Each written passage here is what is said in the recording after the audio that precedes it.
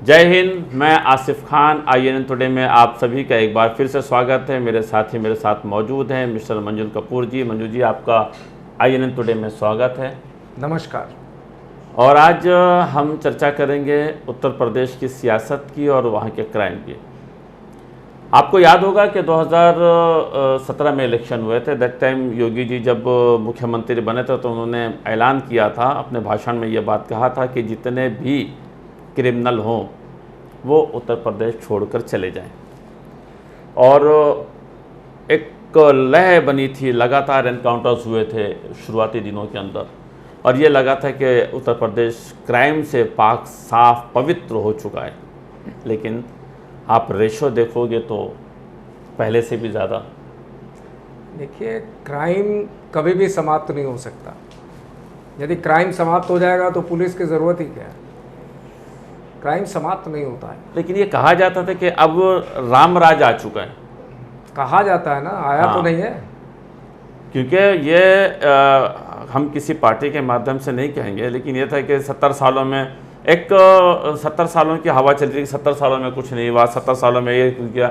जबकि हम उन 70 सालों में देखें तो देश आज़ादी से लेकर अब तक बहुत तरक्की किया, लेकिन ऐसा लग रहा था कि जैसा सारा विकास यहीं से शुरू हुआ है। तो अब इसे कैसा से देखा जाए कि जब वो ये था कि क्रिमिनल छोड़कर चले जाएं उत्तर प्रदेश, उसके बाद विकास दुबे, और अभी 10 नए टॉप 10 क्रिमिनलों की लिस्ट तैयार हुई है और ये कहा जाता है कि उनकी उल्टी गिनती शुरू हो गई है। तो अभी पहले हम चर्चा करते हैं किसकी। टॉप पर मेरा ख्याल अतीक विधायक और ये मुख्तार अंसारी हैं। मुख्तार अंसारी टॉप पर है, अतीक हैं, ब्रजेश कुमार हैं, ऐसे बहुत से टॉप 10 की लिस्ट निकाली है। टॉप क्रिमिनल्स की 10 तो में कोई से कमी आज नहीं हम है। पहले चर्चा करते हैं अतीक विधायक पर। ठीक है, तो अब ये कैसे रह गए या इनके साथ कैसा क्या बर्ताव किया जाएगा, कैसे क्या आप देखते हैं इनको? देखिए, अतीक अहमद साहब जो है वो कोई ऐसे पहले या नए क्रिमिनल नहीं है उत्तर प्रदेश के, उनसे बड़े बड़े क्रिमिनल भी हैं। लेकिन आज जो मेन चीज़ है हमारे हिसाब से, जो मैं सोचता हूँ कि आज चाहे वो विकास दुबे को विकास दुबे बनाया गया, अतीक अहमद को अतीक अहमद बनाया गया, मुख्तार अंसारी को मुख्तार अंसारी बनाया किसने? हमारा मेन जो चर्चा का विषय है वो है कि इन लोगों को बनाने में हमारे पॉलिटिशियंस का ही 100% हाथ है। आज अतीक साहब मतलब लोग ऐसा बताते हैं कि जब भी आप उनसे मिलेंगे बहुत ही सॉफ्ट बोलते हैं। कुछ एरियोज़ में तो वो भगवान है, बहुत से गरीब बच्चों की उन्होंने शादी भी की है, बहुत सा दान भी करते हैं। वो हिंदी फिल्मों की तरह किसी को लूटो किसी को बांटो, ऐसा कुछ ऐसा ही है। वो तो हर क्रिमिनल्स है। देखिए, ऊपर वाले से सब डरते हैं, अच्छे कर्म भी करते हैं। तो अतीक साहब जो है वो पूर्वांचल में एक बहुत बड़ा नाम रहे। इवन उन पे बिहार में बहुत सारे मुकदमे हैं, 17 मर्डर केस हैं उन पर, 5 बार MLA रहे, 1 बार सांसद रहे। ये MLA और जो सांसद बने, जो उनको पावर मिली, ये किसने दी? ये है मेन विषय। आज हमारे योगी जी उल्टी गिनती इनकी चालू करवा दी, आज उन पर शिकंजा कस रहे हैं। लेकिन हमारे ऐसे ही राजनेताओं ने उनको नेता बनाया। कहते हैं मायावती के राज्यकाल में भी इनके ऊपर बहुत प्रेशर रहा, दबाव रहा, क्या वो उसे आप कैसे देखते हैं? मायावती 2007 में आई, 2004 में वहाँ सपा सरकार थी, तब अतीक अहमद इलाहाबाद की वेस्टर्न सीट में MLA थे। लेकिन सपा ने उनको MP का टिकट दिया, फूलपुर से MP हो गए, जीत गया। MP हो गए तो उनको इलाहाबाद की सीट खाली करनी पड़ी। इलाहाबाद सीट खाली की तो सपा ने अतीक साहब के छोटे भाई अशरफ को टिकट दिया वहाँ से, और BSP ने खड़ा किया राजू पाल को। राजू पाल, अब भले BSP बोलती है कि अतीक अहमद क्रिमिनल थे, जो राजू पाल थे वो क्या थे? वो भी क्रिमिनल थे। तो मतलब पॉलिटिकल पार्टी किसी को भी टिकट देती है वो क्रिमिनल ही होता है। राजू पाल को उन्होंने टिकट दिया, वो उस समय दबंग थे वहाँ के, वो अतीक के खिलाफ खड़े कर दिए। अतीक साहब चूँकि MP हो गए थे, सीट खाली थी, तो राजू पाल जीत गए। अब जीत गए तो राजू पाल से अतीक साहब की दुश्मनी हो गई। जाहिर सी बात है, एक क्रिमिनल आदमी हारता है या उसका भाई हारता है या उसके परिवार का कोई भी सदस्य हारता है तो वो एक दुश्मनी के रूप में बदल जाता है। कहा जाता है कि 2007 में जैसे ही मायावती सत्ता में लौटी तो, और राजू पाल की उस समय मेरा ख्याल शादी को 8 या 10 दिन हुए थे, तो सरेआम 25-30 लोगों ने मिलकर राजू पाल को मर्डर कर दिया। लेकिन उसमें नाम आया अतीक साहब का। मेन विक्टिम जो बनाए गए वो बनाए गए अतीक साहब, अशरफ साहब, इनके सारे लोगों के गुर्गों के नाम भी उसमें आ गए। लेकिन अब ये मर्डर आप यहाँ से सोचिए आसिफ साहब, 2005 में ये मर्डर हुआ, आज चल रहा है 2020, 15 साल हो गए। क्या न्याय मिला? अतीक साहब को सज़ा मिली। अब चूँकि आज देखा जाए तो हमारी न्यायपालिका का सिस्टम भी खराब है। न्यायपालिका का सिस्टम यदि सही होता, यदि इस पे दोष साबित हो जाता, तो ना तो वो विधायकी लड़ सकते थे, ना वो एमपी की सीट लड़ सकते थे, वो मतलब कि नेता बन ही नहीं सकते। अभी ये दोष साबित होने वाली बात पर हम थोड़ी सी चर्चा विकास दुबे के ऊपर आते हैं कि अगर एक आदमी थाने में घुसकर किसी बड़े पॉलिटिशियन को मार के जाता है और एक भी विटनेस नहीं मिलता है, यही मैं आपसे बोल रहा हूँ। अब आप विकास दुबे की बात की आपने, उन्होंने राज्य मंत्री संतोष शुक्ला का थाने में घुस के मर्डर किया। ठीक, 25 पुलिस वाले थे वहाँ, किसी ने थाने गवाही के नहीं, अंदर किसी ने गवाही नहीं दी। 25 पुलिस में से एक भी पुलिस वाले ने उनके खिलाफ गवाही नहीं दी। आप सोचो दहशत का माहौल, जब पुलिस दहशत के अंदर है और चश्मदीद होने के बाद भी गवाही देने को तैयार नहीं है, तो फिर आप समाज से, जनता से कैसे उम्मीद करते हो कि कोई सरकारी गवाह बनेगा? अब आप ये देखिए, आज हम बात कर रहे हैं अतीक साहब की। अतीक साहब अभी तो गुजरात में साबरमती जेल में बंद हैं, वो भी हमारी सरकार ने उनको देवरिया से बनारस, बनारस से गुजरात भेजा। इससे पहले वो देवरिया जेल में थे। अब जो असली जो अतीक अहमद पे कार्रवाई शुरू हुई है, उसका मुख्य कारण है देवरिया में जो कांड किया अतीक साहब ने। अतीक जेल के अंदर है और उन्होंने एक लखनऊ के बिजनेसमैन मोहित जायसवाल, उनको उठवा लिया। अब साहब उनके गुर्गे मोहित जायसवाल को गोमती नगर लखनऊ से उठा के देवरिया जेल के अंदर लाए, अतीक साहब के सामने पेश किया। यानी कि जेल के अंदर एक्सटॉर्शन चल रहा है, जहां पुलिस है, जेलर है।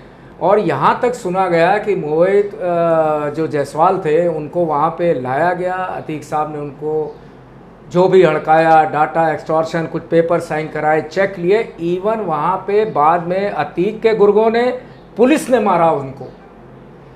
और वो व्यक्ति वहाँ से जब वापस आया तो उसने कंप्लेंट की, पुलिस में कोई कंप्लेंट दर्ज नहीं हुई, उसको सुप्रीम कोर्ट जाना पड़ा। सुप्रीम कोर्ट के आदेश से अतीक के खिलाफ एफआईआर दर्ज हुई, जिसका नतीजा ये है कि उनको देवरिया से बनारस, बनारस से साबरमती जेल भेजा गया। यानी कि अब आप ये देखिए कि एक कुख्यात अपराधी जेल में बैठ के आदमी को उठवा के जेल में वो उसकी क्लास ले रहा है। ये अगर आप हमारा सिस्टम देखें तो जेल में बैठे बैठे कोई किसी को भी मरवा देता है। जेल में मरवा देता है, मुन्ना बजरंगी देखिए, जेल में ही मारा गया। वैसा ही होगा ना, पेशी पे लाए जा रहे हैं, मार दिए गए, दूसरे क्रिमिनल मारे। यार जब पुलिस है, पुलिस किस लिए है हमारी?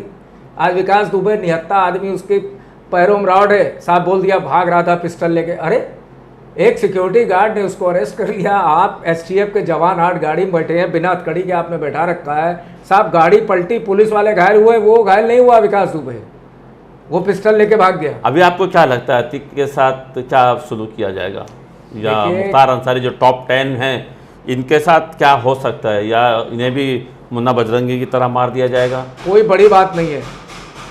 देखिए सरकार जब चाह लेती है, जिसके पास पावर है वो वर्दी में कुछ भी कर लेते हैं। आज उन्होंने विकास दुबे को मारना था, मार दिया। आज अतीक अहमद, मुख्तार अंसारी, ब्रजेश, ऐसे कई गुंडे उनकी निगाह में चढ़ गए। आज उन्होंने देखिए कार्रवाई शुरू कर दी। अतीक साहब ने प्रयागराज में 500 बीघा ज़मीन में एक सिटी शुरू किया था, उन्होंने 5 कॉलोनियाँ बनाई। आज योगी सरकार ने वो कॉलोनियाँ गिरा दी। अरे आज गिरा दी, जब उसने ये चालू किया तब आपने क्यों नहीं रोका? इसका मतलब तब सरकार और प्रशासन उससे मिला हुआ था। आज जब शिकंजा कस रहे हैं तो आप उनकी सारी चीज़ें कुड़की कर रहे हैं। ये मकान कुड़की, वो मकान कुड़की, ये ज़मीन गिरा दो, सब चालू कार्रवाई। यही आप यदि शुरू में रोक दे तो ये होगा ही नहीं ना। कहीं ना कहीं क्या, बल्कि सीधा अगर देखा जाए तो हमारे सिस्टम में ही बहुत सुधार की ज़रूरत है, सिस्टम में ही बहुत कमियां हैं। देखिए, आपने बहुत अच्छी बात कही, सिस्टम में सुधार, यानी सिस्टम में सुधार के सबसे मुख्य कारण जहाँ तक मुझे नज़र आता है कि पुलिस और सरकार तो जो अपने हिसाब से कार्य कर रही है। सबसे पहले हमारे समाज को स्ट्रांग होना होगा। यदि कोई अपराध करता है तो आज उसके खिलाफ, आज हमारे ये अपराधी क्यों बेखौफ हैं? क्योंकि उनके खिलाफ कोई गवाही देने नहीं आता।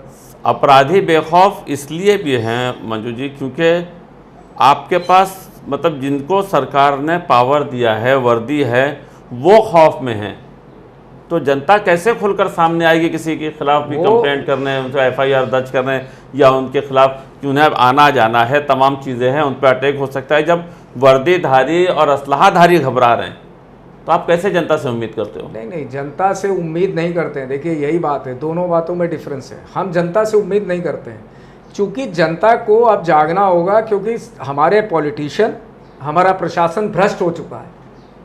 वो अपने हिसाब से मैनिपुलेट कर लेता है। किसी अपराधी को बचाना है तो उसके खिलाफ गवाह नहीं आते, किसी को फंसाना है तो 10 गवाह खड़े हो जाते हैं। अब आप, मेरा कहने का मतलब, हमारे जो भारतवर्ष की न्यायपालिका है इसमें कुछ चेंजेस लाने होंगे। फास्ट ट्रैक तो आया है, लेकिन कितना चेंज हुआ? फास्ट ट्रैक आया, फास्ट ट्रैक में हर केस तो आता नहीं है। अब आप अतीक अहमद साहब का लीजिए कि उन्होंने 2005 में मर्डर किया राजू पाल विधायक का, 2020 चल रहा है, कोई सजा हुई उनको? इवन राजू पाल छोड़िए, 17 मर्डर केस है उन पे, एक में भी सजा नहीं हुई। चूंकि अब देखिए, न्यायपालिका से उनको सजा मिलती नहीं है, इसलिए वो बेखौफ इलेक्शन लड़ते हैं, क्योंकि उन पर रोक नहीं है। यदि वो सजाए याफ्ता हो जाएं तो उनको टिकट ही नहीं मिलेगा। अभी आप जैसा कि कानून की बात है, अगर कोई भी अपराधी को कोर्ट बरी करता है तो ये राज्य सरकारों की जिम्मेदारी होती है कि वो उस अपराधी के अगेंस्ट दोबारा पिटिशन फाइल करते हैं और री इंक्वायरी करवाते हैं कि कहीं कोर्ट से कोई चूक तो नहीं हो गई। जितने लोग इसके पहले भी छूटे हैं, बरी हुए हैं, यहाँ पर ऐसा है कि जो मौजूदा सरकार के करीब है उस पर दोबारा कार्रवाई नहीं होगी। अभी आपने जो बोला ना री इंक्वायरी, देखिए मुझे अच्छे से याद आया, ये राजू पाल केस जो है 2005 में हुआ। 2005 में ये केस हुआ। उसके बाद BSP गवर्नमेंट ने 2007 में जब ये मारे गए तो उनकी वाइफ को टिकट दिया, उनकी वाइफ विधायक हो गई।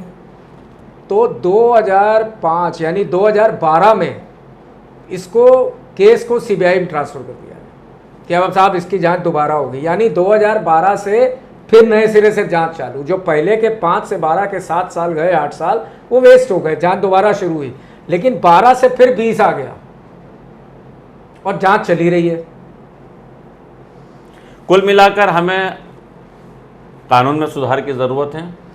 और अब जैसे कि अतीक विधायक हैं, मुख्तार अंसारी हैं, और भी जो टॉप 10 आए हैं क्रिमिनल में, इनके साथ देखना है कि क्या बर्ताव होता है, देखिए क्या रिजल्ट आता है इनका। मैं सिर्फ, हमारा जो आज चर्चा का मुख्य कारण है, मेरा कहना यह है कि एनकाउंटर कोई सलूशन नहीं है। एनकाउंटर सलूशन हो ही नहीं सकता, हो ही नहीं सकता। यदि आप आज अपराधी पे योगी सरकार शिकंजा कस रही है, कल उनको कुछ भी मैनिपुलेशन करके, जैसे विकास को मारा, ऐसे मान लीजिए अतीक साहब पे कुछ हो जाता है या मुख्तार को कुछ हो जाता है, तो ये कोई सलूशन नहीं है। क्योंकि ऐसे बहुत से अतीक अहमद हैं, ऐसे बहुत से मुख्तार अंसारी हैं। हमें सबसे पहले अपनी पॉलिटिकल पार्टियों की आइडियोलॉजी बदलनी होगी, न्यायपालिका में सुधार लाना होगा, तब क्राइम पर अंकुश लगेगा। आपने भी देखा होगा, कल हरभजन का एक ट्वीट आया कि फुटबॉल का जो फाइनल मैच खेलने जा रही है जो कंट्री, उसकी आबादी सिर्फ 50 लाख है। और उसने हरभजन ने जो ट्वीट किया है कि 50 लाख आबादी वाला शहर फुटबॉल का फाइनल खेल रहा है और 135 करोड़ वाली आबादी वाला शहर अभी भी हिंदू मुस्लिम खेल रहा है। देखिए, अपराधी को, मेरी सोच ये है और हर भारतीय की सोच ये होनी चाहिए कि अपराधी को सिर्फ अपराध की नज़र से देखा जाए, तो तो इस देश का कल्याण होगा। अगर पॉलिटिकल पार्टियां उन्हें अपने नज़रिए से देखते चलेंगी तो हर गली में एक विकास दुबे पैदा होगा, हर गली में अतीक विधायक पैदा होगा और हर गली में मुख्तार अंसारी होंगे।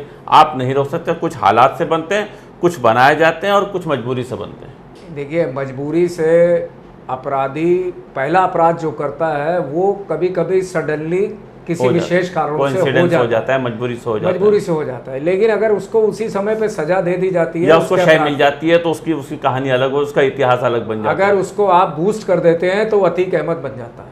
17 साल की उम्र में अतीक अहमद ने पहला अपराध किया, वो भी मर्डर। यदि उसी समय उसको उस केस में सजा मिली होती और उसने सजा काटी होती तो आज वो अतीक अहमद नहीं होता। यहाँ तो बस यही है, सैया भय कोतवाल तो डर काहेगा।